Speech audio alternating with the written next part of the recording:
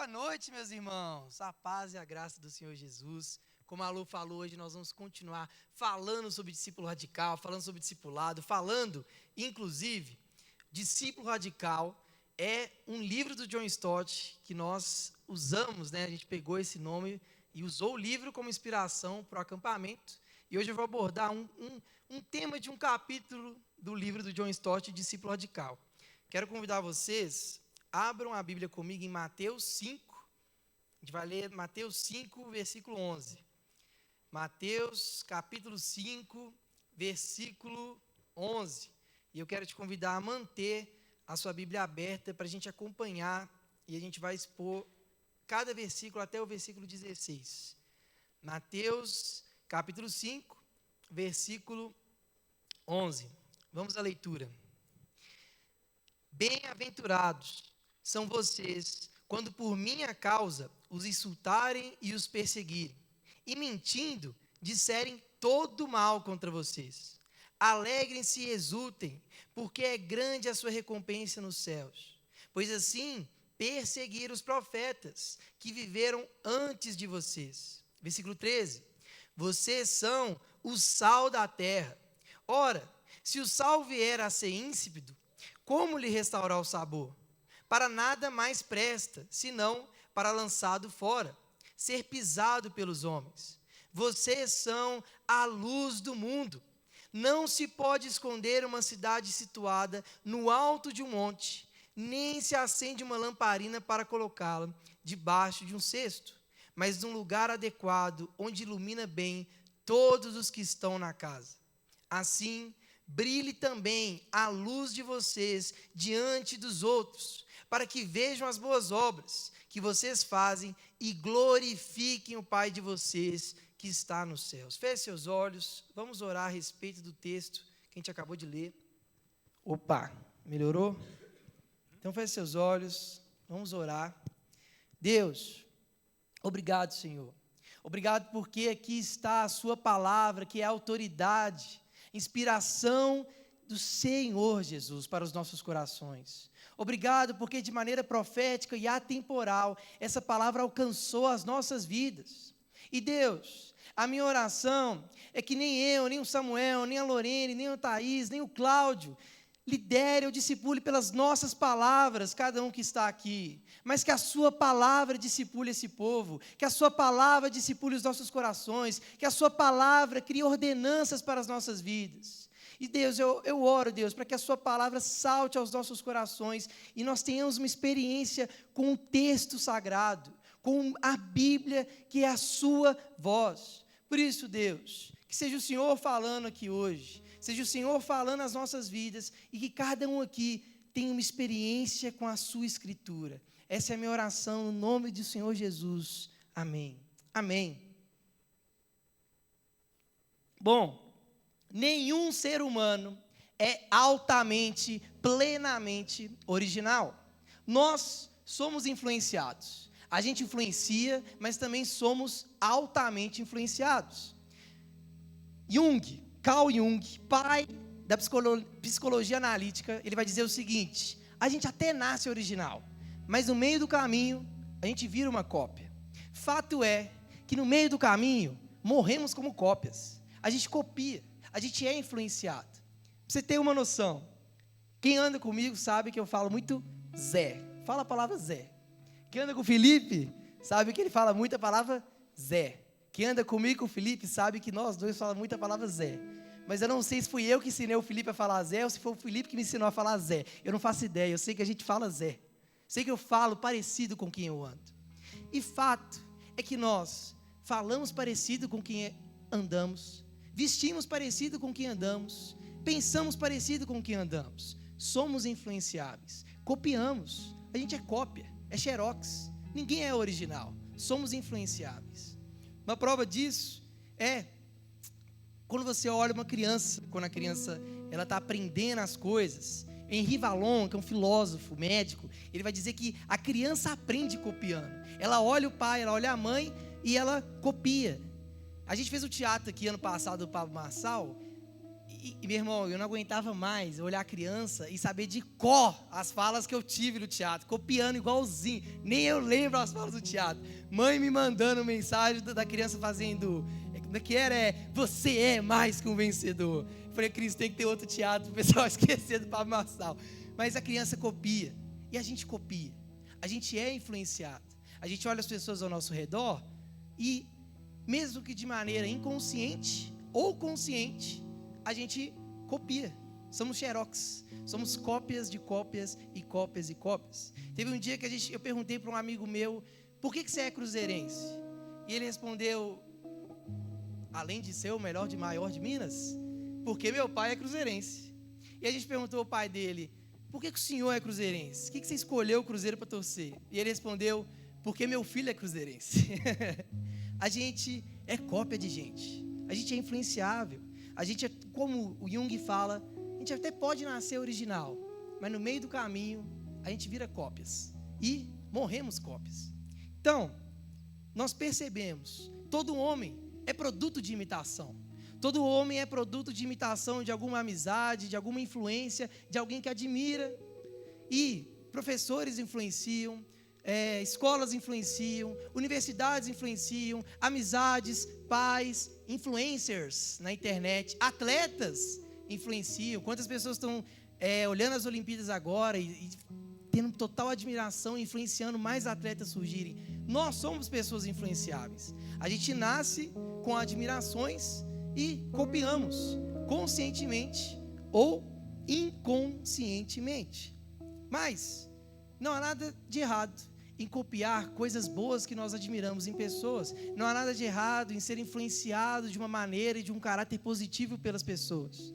O problema é que muitas vezes a gente não apenas quer ser parecido com as pessoas, mas a gente quer ser as outras pessoas. A gente quer ter o que as outras pessoas têm. Muitas vezes nós somos guiados pelas coisas que a outra pessoa tem, pelas coisas que a outra pessoa faz e queremos ser outras pessoas. E aqui há o problema principal. O que é que a gente percebe? Nós somos guiados pelos nossos desejos. As nossas influências na nossa vida são resultado de desejos do nosso coração, seja consciente ou inconscientemente. Os nossos corações almejam, desejam aquilo. Então, os principais influências das nossas vidas estão diretamente ligados aos principais desejos do nosso coração. Isso é importante a gente começar a entender. As nossas influências estão diretamente ligadas a desejos do nosso coração. Pois bem, então, vamos ao texto. Nós estamos diante do Sermão do Monte. Aqui talvez um dos mais famosos sermões de Cristo na Bíblia. E Jesus está conversando diretamente com quem é discípulo dele, com quem segue a ele, com quem tem compromisso com Jesus. A gente pega uns versículos anteriores e aí a Bíblia vai dizer, Jesus vendo a multidão, se virou para os seus discípulos. Então todo esse discurso que a gente leu, Jesus está direcionando com quem segue a ele, com quem ama a ele, com quem é discípulo dele. Então, perceba, antes de Jesus falar, o versículo 11 que a gente leu, ele está falando sobre as bem-aventuranças que a gente estudou aqui no Happy Hour.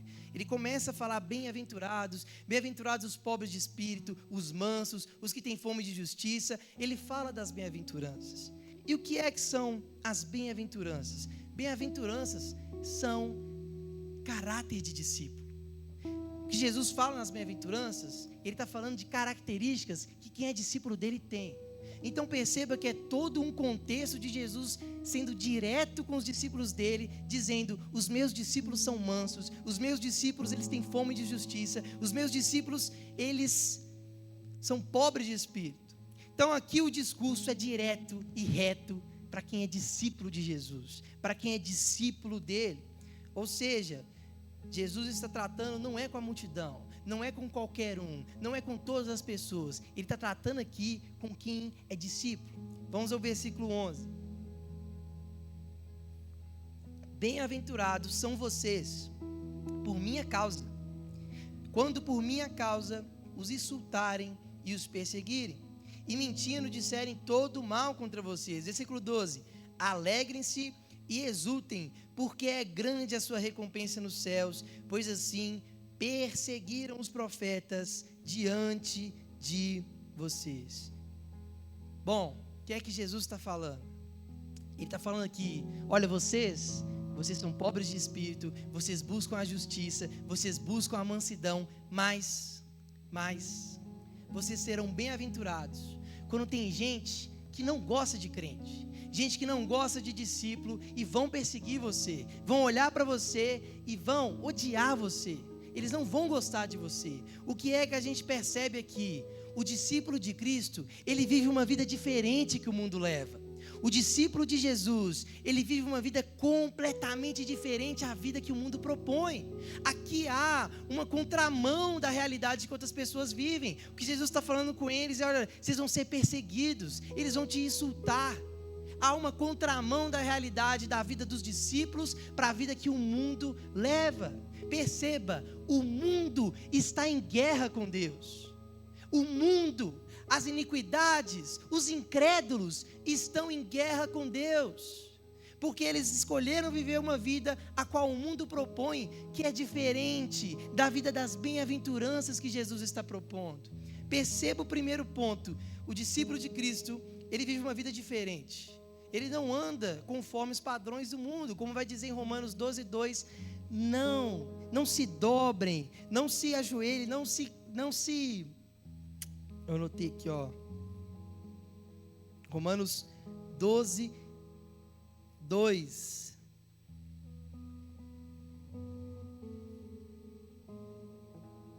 Não se conformem com os padrões desse mundo. Pelo contrário, sejam transformados pela renovação do conhecimento, experimentando a vontade de Deus. O que a Bíblia, o que Jesus chama os seus discípulos, é viver de uma maneira que é diferente a que o mundo propõe, é viver de uma maneira diferente aos padrões do mundo. Não se conforme com os padrões do mundo.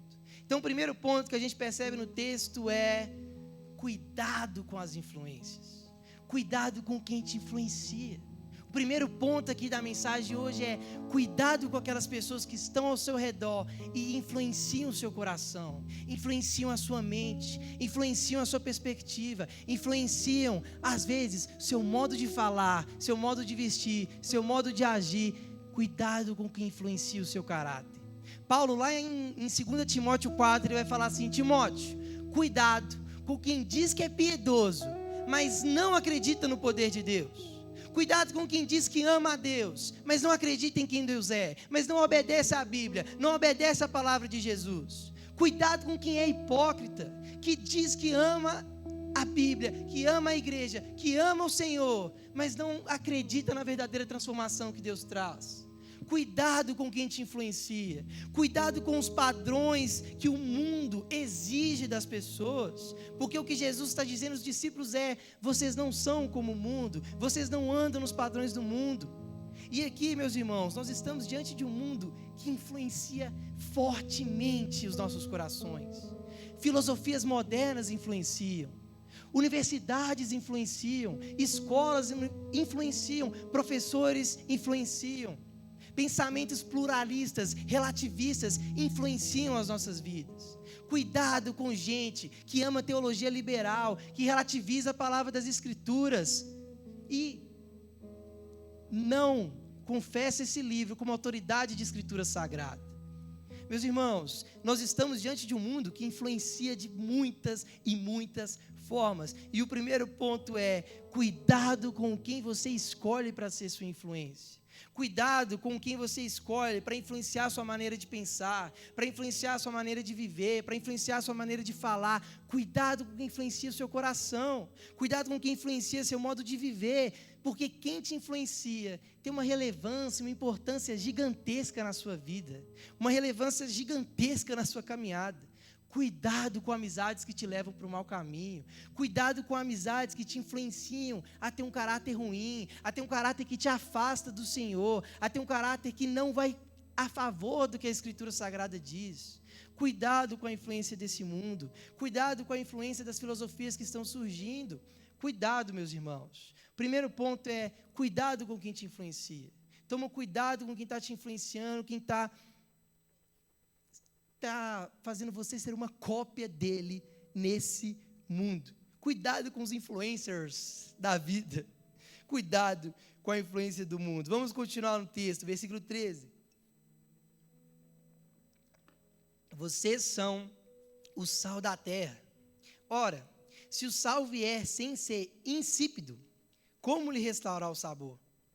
Para nada mais presta, senão para lançado fora, ser pisado pelos homens. Perceba, primeiro ponto, nós não andamos de acordo com o padrão do mundo. Nós não andamos de acordo com as filosofias modernas, mundanas e seculares. Nós não andamos de acordo com isso. Cuidado com essas influências. O segundo ponto, Jesus não apenas nos chama para não sermos influenciados pelo mundo, mas Jesus chama os seus discípulos para ser a influência no mundo. Jesus está olhando para os seus discípulos e dizendo: vocês são o sal no mundo. Vocês são sal e luz no mundo. Então o primeiro ponto é cuidado com as influências. O segundo ponto é seja uma influência no mundo. E aqui, meus irmãos, é um momento de uma verdadeira maturidade cristã bíblica, que é uma influência no mundo, que é uma influência para as pessoas, que influencia as pessoas de uma maneira positiva, que influencia as pessoas de uma maneira bíblica. E aqui eu quero aprofundar com vocês os significados do que Jesus está falando aqui, porque é muito rico. Jesus não está só soltando palavras dizendo, vai, seja o sal, pega sal e vai salgando a pessoa, vai temperando todo mundo com um tempero. Não é isso que Jesus está falando nesse versículo. Há um significado. Jesus nos chama para ser influência nesse mundo. Perceba que os verbos que Jesus está dizendo aqui, é como se ele desse uma razão de existência para os discípulos dele. É como se ele estivesse falando com os discípulos, vocês são o sal da terra. Não é que vocês fazem um papel, vão se tornar, aqui é uma razão de existência, é uma razão de ser. Qual é a razão de ser do discípulo? Qual é a razão da existência do discípulo de Cristo? É ser sal e luz do mundo. Há um motivo de Jesus estar usando essas palavras. E qual é a razão da existência do sal? Para que é que o sal serve? Para que o sal que a gente usa mesmo, o que serve o sal? Você vai falar, o sal serve para salgar, de fato. Mas o sal, assim como hoje também, naquela época ele servia para conservar os alimentos. Então você tinha uma carne e ela precisava durar, ela precisava perdurar para as pessoas comerem ela depois, colocava no sal. Pegava a carne e colocava no sal, porque o sal ele vai conservando o alimento para ele não apodrecer. Perceba o tamanho da importância, da influência do cristão no mundo. O que Jesus está dizendo é, vocês são como o sal, que estão nesse mundo, para que esse mundo permaneça sendo conservado e ele não apodreça. Perceba que Jesus está dizendo, assim como o sal conserva as coisas ao seu redor, assim como o sal conserva tudo que está ao seu redor, o discípulo de Cristo é um sal que conserva as coisas que estão ao redor dele. Meus irmãos, o mundo não foi totalmente destruído, apodrecido, porque tem gente crente que ama Jesus conservando o mundo. As universidades ainda não foram totalmente apodrecidas, destruídas, porque tem gente crente conservando as universidades. Vocês servem para ser como um sal no mundo, e aonde vocês estão, serve como um equilíbrio, no seu trabalho, na sua escola, na sua faculdade. Esse é o tamanho da influência do cristão no mundo. O que é que o sal faz? A carne não apodrece, a carne ela vai conservando, é um equilíbrio, é um ponto de equilíbrio. Meus irmãos, as escolas na nossa cidade, elas não foram totalmente apodrecidas. O mal não venceu o mundo, porque tem crente que ama Jesus, conservando esses ambientes. Porque tem gente que ama a palavra de Deus, conservando, para que as coisas não apodreçam ao seu redor. O seu papel como influência nesse mundo é ser como um sal na sua sala de aula, no seu trabalho, para que o mal, a iniquidade, a podridão não vença e há equilíbrio, porque você está lá para conservar as coisas, para conservar o caráter de Cristo, para conservar o equilíbrio da vontade, da fé cristã. O sal conserva as coisas do mundo. E esse é o tamanho da influência que Jesus está nos chamando para ter, conservar as coisas que estão ao nosso redor. Portanto, seja uma influência como um sal, que independente do lugar que você está, permanece no bom caráter, no bom fruto, conservando as boas coisas. O mundo ainda não foi totalmente apodrecido, o mundo ainda não foi totalmente tomado pelas pessoas más e ruins, porque ainda tem a igreja no mundo que ama a palavra do Senhor e conserva as boas atitudes, os bons frutos e os bons costumes. Portanto, seja como o sal. Essa é a essência, é a natureza, é a razão da existência do sal. Nós nascemos para ajudar a equilibrar o mundo e não deixar ele apodrecer, não deixar o mundo ser levado pela iniquidade, pela maldade, pelas coisas ruins, não deixar o mundo apodrecer no lugar que nós estivermos. Perceba a importância da influência dos cristãos nas faculdades, nas cidades, nos trabalhos, nas ruas, em todos os lugares. Mas também, o sal também tem um outro fator. Davizão é cozinheiro, Davizão está cozinhando, trabalha na cozinha, e quando não tem sal, Davizão fica bravo. Porque o que é uma comida sem sal? É paia, mano. Não dá para comer uma comida sem sal, uma comida sem... A gente até fala, não, velho, fulano é sem sal demais. Porque o sal, ele tempera, ele dá sabor, ele torna aprazível a comida.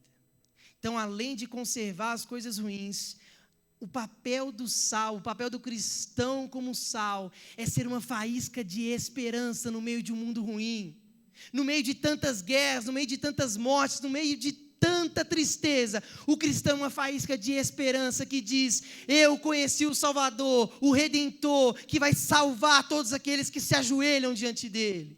O cristão é uma faísca que tempera o mundo, que alegra o mundo, que alegra os ambientes, que leva esperança para as universidades, esperança para as escolas, esperança nos trabalhos. Você é uma faísca de alegria, que tempera os ambientes, que tempera o lugar onde você está. Essa também é a função do sal, é temperar a vida, é dar um sabor à vida, é dar um sabor de alegria, é tornar as coisas aprazíveis, para que quando as pessoas olhem para nós e dizem, no meio de tanta tristeza, no meio de tantas ações caóticas, há esperança no mundo, há esperança, há alegria, há um Salvador, há um Cristo. O sal, ele tempera as coisas ao seu redor, ele tempera, vai trazendo alegria, uma esperança para as pessoas que estão ao seu redor. Perceba que o maior poder de influência filosófica, social, política, cultural, que a gente pode exercer na sociedade, é ser discípulo, é ser cristão, é ser igreja. Olha essa frase do Jonathan Leeman, diretor do Ministério Nove Marcas: a manifestação política mais poderosa da igreja é o evangelho. O testemunho político mais poderoso da igreja é ser igreja.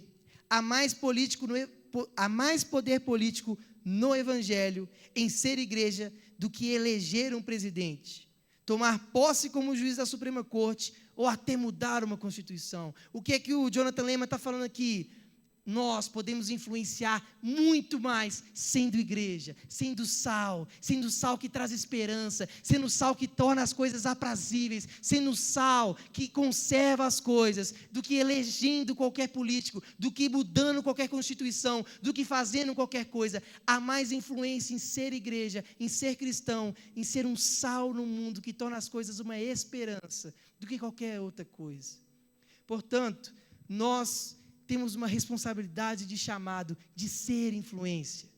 Não apenas de não ser influenciado pelo mundo, mas ser uma influência boa para o mundo. De ser como sal, que conserva as coisas e traz uma esperança no meio de um mundo caído. Traz uma alegria no meio de um mundo caído. Traz uma mensagem, uma boa mensagem, uma boa nova no meio de um mundo caído. Portanto, seja uma boa influência. Nós fomos chamados para sermos umas boas influências nas nossas gerações, nos nossos trabalhos, nas nossas casas, nos nossos ambientes, nas universidades, nas nossas escolas. Seja uma boa influência na vida das pessoas. Aqui, meus irmãos, é um apelo de chega de imaturidade espiritual, de cristão que não influencia as pessoas por bom caráter, de cristão que apenas foge da má influência. Aqui há a maturidade bíblica que nós também influenciamos de maneira frutífera, de gente que olha para crente, de gente que olha para cristão, tem alguma coisa diferente nesse menino, tem alguma coisa diferente nessa menina. Temperar com alegria a realidade das pessoas, trazer um tempero de esperança, conservando com caráter, bondade, humildade. Sejam influencers na vida das pessoas. E o texto continua.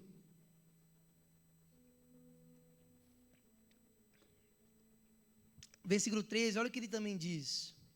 Ora, se o sal vier a ser insípido, como lhe restaurar o sabor? Para nada mais presta, senão para lançado fora, ser pisado pelos homens. O que é que Jesus está falando? Ora, um sal que tem cara de sal, que parece que é sal, que parece que é igualzinho sal, mas não salga. Para que é que ele serve? Você já comeu açúcar? Já comeu sal achando que era açúcar? Que coisa horrorosa já. Já coloquei na pipoca, confundi. Coloquei açúcar na pipoca. Já comeu sal achando que é açúcar? É horrível. É horrível. E o que Jesus está falando é, o que é que adianta? Alguém que parece crente, fala igual crente, anda igual crente, vai em igreja igual crente, mas não traz a mensagem de esperança para o mundo, como um sal que traz um sabor, mas não conserva as coisas com a bondade, o caráter e a palavra de Deus. O que é que adianta uma igreja se ela não conserva os bons costumes, se ela não conserva os frutos do Espírito Santo, se ela não conserva bons relacionamentos, bons testemunhos? O que é que adianta de uma igreja que não dá um bom testemunho, que não dá uma mensagem de esperança para o mundo, que não dá uma mensagem de um alívio, de uma boa nova para o mundo? O que é que adianta de um crente parecer crente, falar igual crente, andar igual crente, mas não age igual um crente? Continuando, versículo 14. Vocês são a luz do mundo. Não se pode esconder uma cidade situada no alto de um monte, nem se acende uma lamparina para colocá-la debaixo de um cesto, mas num lugar adequado, onde ilumina bem todos os que estão na casa. Assim, brilhe também a luz de vocês diante dos outros, para que vejam as boas obras que vocês fazem e glorifiquem o Pai de vocês. Que Jesus está dizendo, eu sou quem coloco vocês nesses lugares, sou eu que coloco você na sua universidade, no seu trabalho, na sua escola, na sua casa. Eu coloco no lugar adequado, onde ilumina bem todos os que estão ao seu redor. O que Jesus está dizendo àqueles discípulos é, vocês estão no lugar certo, na hora certa. E a luz que há em vocês vai iluminar as pessoas que estão ao seu redor, vai iluminar a vida das pessoas que estão ao seu redor. Seja uma boa influência. Seja uma influência que ilumina a vida das pessoas que estão ao seu redor, que ilumina a realidade da vida das pessoas que estão ao seu redor. Seja uma influência. O bom discípulo, ele influencia os outros. E aqui há uma coisa interessante, que o James Packer vai chamar de ministério do holofote. O que é o ministério do holofote? Ninguém chegou aqui na igreja hoje, olhou para o data show e pensou, nossa, esse data show é show. Que isso, cara, que data show lindo, que data show maravilhoso, deveras ele está colocado em um lugar muito bem, ele está bem posicionado, que data show lindo. Não! O data show, ele só aponta para o que realmente importa. Ninguém nem percebeu que hoje trocaram as luzes, ninguém ficou olhando para o painel de luz e falou, nossa, que bem posicionado, como é que ele é bonito, como é que ele é maravilhoso, como é que ele é lindo, cheiroso. Ninguém ficou parando, olhando. Por quê? Porque ele só aponta para o que realmente importa. Esse é o ministério do holofote do cristão. O que é brilhar a luz no mundo, se não ser um holofote que aponta para quem Cristo é, se não ser um holofote que realmente aponta para o que realmente importa. Como João Batista, quando perguntaram para ele, quem é você? Você é Elias, você é Eliseu, você é o Messias. E João Batista fala, eu sou só uma voz que clama no deserto, que abre um caminho para aquele que realmente importa. Esse é o ministério do holofote. Porque brilhar essa luz de Cristo, é ser um reflexo de quem Jesus é. é desaparecer para as nossas vidas, é sumir para que Cristo apareça, é ser como um holofote que não quer brilhar, não quer aparecer, não quer ser reconhecido, mas aponta para o caminho de Cristo, mas aponta para quem Cristo é, mas aponta para o que realmente importa. Esse é o ministério do holofote que os discípulos foram chamados para influenciar o mundo. E meus irmãos, quando você é um holofote que só some para você mesmo, que só desaparece para os seus interesses, as pessoas ao seu redor são transformadas, porque elas veem Jesus em você, elas veem Cristo em onde você anda. Se você vive um ministério de um holofote que só aponta para o que realmente importa, as pessoas ao redor, as vidas são transformadas, vidas são alcançadas pelo Espírito Santo. Esse James Barker, ele vai dizer que o ministério do Espírito Santo é o ministério do holofote, porque o Espírito Santo, ele faz esse papel. Portanto, o discípulo, ele influencia como um holofote que aponta para Cristo, como um holofote que não é o mais importante, mas aponta para o que realmente importa, como o data show, que ninguém fica olhando para ele, ninguém está preocupado com o data show, mas o data show está apontando para o que realmente importa. Seja um holofote que influencia as pessoas aos nossos redores. Jonathan Edwards, ele costumava falar que quanto mais o homem se exalta, menos ele exalta a Deus. Quanto mais nós nos exaltamos, mais nos glorificamos, mais nós nos adoramos, menos nós vivemos esse ministério do holofote, menos nós somos discípulos que influenciam apenas olhando para Cristo. E essa é a melhor maneira de apresentar Cristo na vida das pessoas, é sendo só um holofote como João Batista. Eu sou só uma voz perdida no deserto, mas que aponta para o caminho do verdadeiro Messias, Senhor e Salvador, que salvou a minha vida. Portanto, a nossa vida é um ministério de testemunho de quem Cristo é. A nossa vida é um ministério de transformação de quem Jesus é. A nossa vida é um ministério de transformação que aponta para quem Cristo é. As nossas ações, as nossas atitudes, os nossos pensamentos, eles são holofotes que apontam para Jesus. Eles são luzes que apontam para Jesus. Nós somos essas luzes do mundo que apontam para quem Cristo é. E aqui, para a gente caminhar para o final,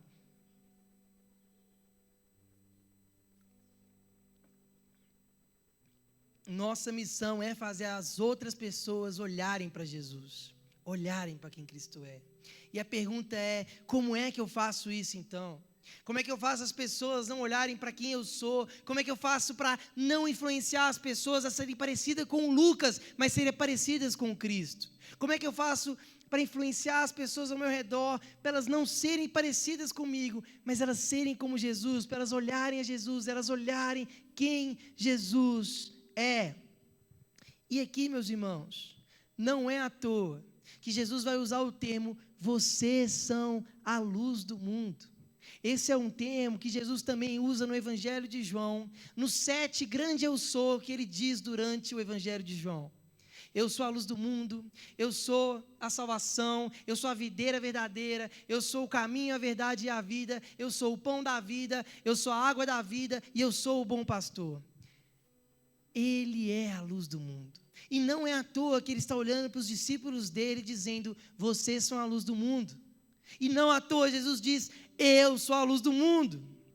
Eu quero ler, para a gente orar, 1 Tessalonicenses, capítulo 1, versículo 6. 1 Tessalonicenses, capítulo 1, versículo 6.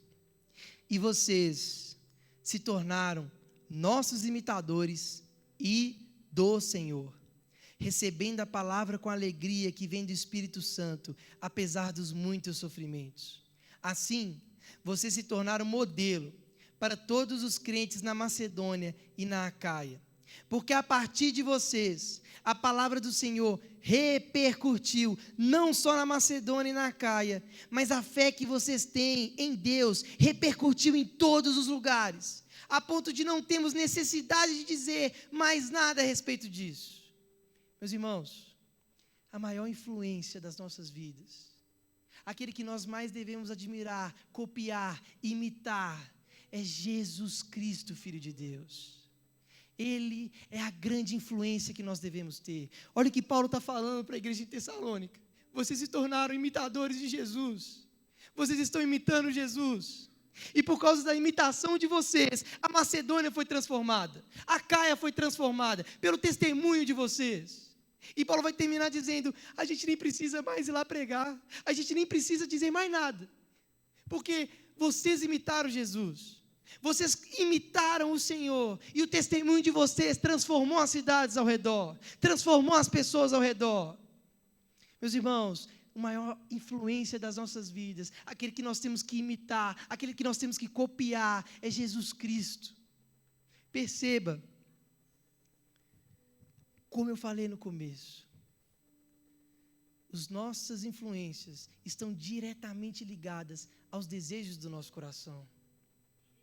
E a pergunta é, será que nós desejamos Jesus imensamente, ao ponto de imitar as suas atitudes? Será que nós desejamos a Cristo, a sua palavra, a ponto de imitar quem Ele é? A ponto de imitar as suas ações? Por último, primeiro, cuidado com as influências. Segundo, seja uma boa influência. E terceiro, a maior influência das nossas vidas é Jesus. Nós devemos ter uma vida de imitação. O ministério do discípulo é que imita o seu líder, imita o seu mestre, imita Jesus. Ele olha para Jesus, ele coloca um Ctrl+C e Ctrl+V, meu irmão, copiar e colar, Ctrl+C e Ctrl+V. O ministério do discípulo é imitação, é imitar quem Jesus é imitar as atitudes de Jesus, é imitar o coração de Jesus, é imitar quem Cristo é. Ele é a maior influência das nossas vidas, Ele é a maior influência dos nossos corações. É Ele que nós deveríamos olhar e desejar, eu quero ser parecido com Jesus. Perceba a transformação que a igreja em Tessalonicenses fez, somente imitando quem Jesus é.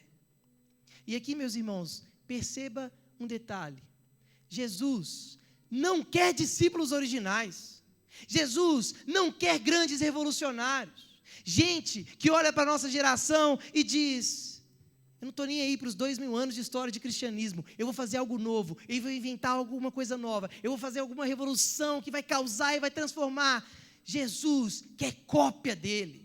Jesus não quer gente que é revolucionário, que é diferente, que é original. O que Jesus espera de nós é que nós olhemos para Ele e imitemos as suas ações. Imitemos quem Cristo é, imitemos o seu comportamento, imitemos as suas atitudes, imitemos as suas falas, imitemos o seu caráter. A maioria das pessoas que vai nesse campo da revolução, eles beiram no campo da heresia. Porque o que Jesus nos chama é para o ministério da imitação, é para olhar para Ele e imitar as suas atitudes. Portanto, só é possível ser uma boa influência no mundo, ser uma luz no mundo, ser sal no mundo, ser como um holofote que desaparece e aponta para Jesus, imitando Jesus.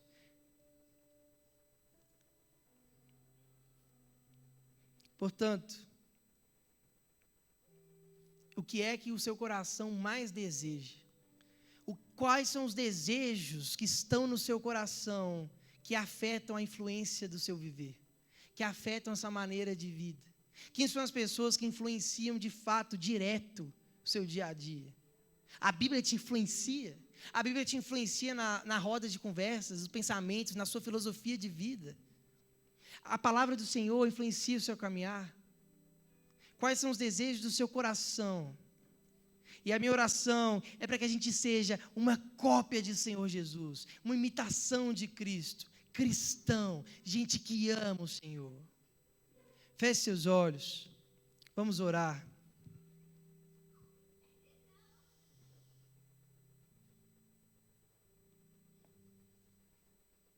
Cuidado com as influências, seja uma boa influência e imite a melhor influência que já pisou nessa terra.